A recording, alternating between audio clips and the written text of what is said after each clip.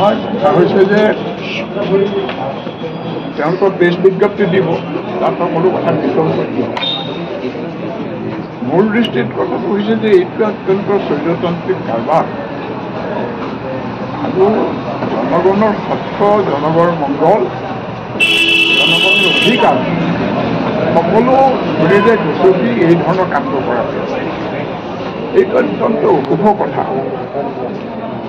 এইটো চলিব দিলে এনেদিন আহিব যে কাক ঘৰৰ পৰা টানি উলিয়াই লৈ গৈ ক'ত কি দণ্ড দি হত্যা কৰে তাৰো হিচাপ নহ'ব। চৰকাৰৰ যদি ইমানেই ক্ষমতা দিয়া হয়, ইমানেই অতিৰিক্ত ক্ষমতা দিয়া হয়, ক্ষমতাৰ অপব্যৱহাৰ কৰিবলৈ দিয়া হয়, তাৰ ফল কেতিয়াও নহ'ব। গতিকে এই বস্তুবিলাক আগতেই ইয়াৰ বিৰুদ্ধে প্ৰতিবাদ হ'ব লাগিছিল।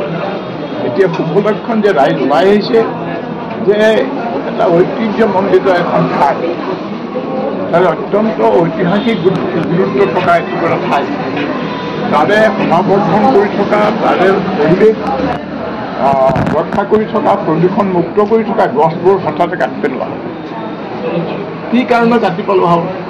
বা এভাৰখনৰ কাৰণে নে অন্য কিবা কাৰণে আমি নাজানিলোঁ। খুব যদি ৰাইজৰ কাৰণে অত্যন্ত প্ৰয়োজনীয় কথা হয় যে তাতকৈ গুৰুত্বপূৰ্ণ কথা ৰাজ্যখনৰ কাৰণে বা ৰাইজৰ কাৰণে, তেতিয়াহ'লে কথাটো বেলেগ আছে। কিন্তু সেইটোতো আমাক জানিবলৈকে দিয়া হোৱা নাই। আৰু হয়তো জানিবলৈ দিয়া হোৱা নাই এইকাৰণে যে মতলবটো অভিপ্ৰায়টো শুভ নহয়। তেওঁলোকে হয়তো ধনৰ লোভত বা অন্য কিবা স্বাৰ্থ অনুদিত হৈ এই কামটো কৰিছে। গতিকে সকলো স্বৈৰতন্ত্ৰই মুঠি মানুহৰ লাভৰ কাৰণে, মুনাফাৰ কাৰণে এই ধৰণৰ ৰূপ লয় আৰু য'ত মানে ৰাইজৰ অধিকাৰ বা স্বাৰ্থ বা মংগলৰ কথা নাথাকে। গতিকে ইয়াৰ বিৰুদ্ধে প্ৰতিবাদটো স্বতঃস্ফূৰ্ত প্ৰতিবাদ, অত্যন্ত ন্যায়সংগত হ'ব লাগে।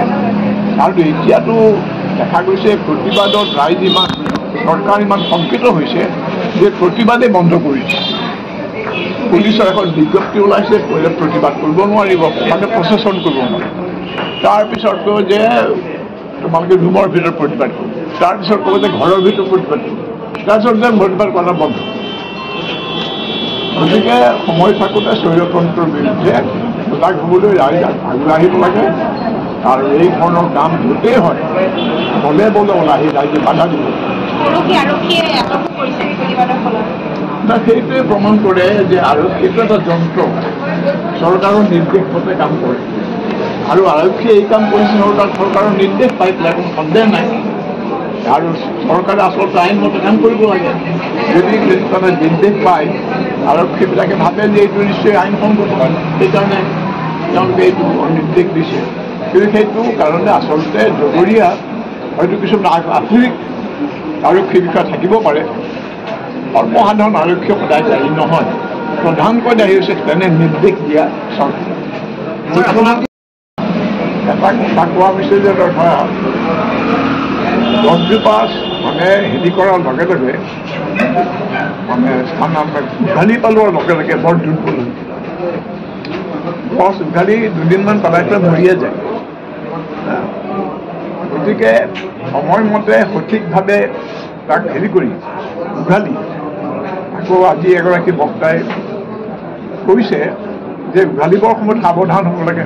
সকলো প্ৰজাতিৰ গছ সকলো ধৰণে উঘালিব নোৱাৰি। স্থানান্তৰকাৰী বোলে কোন গছৰ কাৰণে কিমান দলে খান্দিব লাগিব তাৰ কথা। কিছুমানৰ শিপাটো ধৰা প্ৰায় মানে 50 ফুট দূৰলৈকে যায়, কিন্তু শিপাডাল যেনেকৈ কাটিব লাগিব, কিমানখিনি কাটিব। তাতকৈ ডাঙৰ কথা হৈছে ইতিমধ্যে প্ৰচণ্ড ৰ'দত ডাল পাত কাটি পেলোৱাৰ কাৰণে গছবোৰ দুৰ্বল হৈছে। আৰু সেইখিনি গৈ পাই যেনে তেনে তাক বোলে পুতি থৈ আহিলে গছ নাবাচে। এই গছডাল যত্ন কোনে পানী দিব আৰু ইত্যাদি বহুত কথা। গতিকে স্থানান্তৰ কথাটো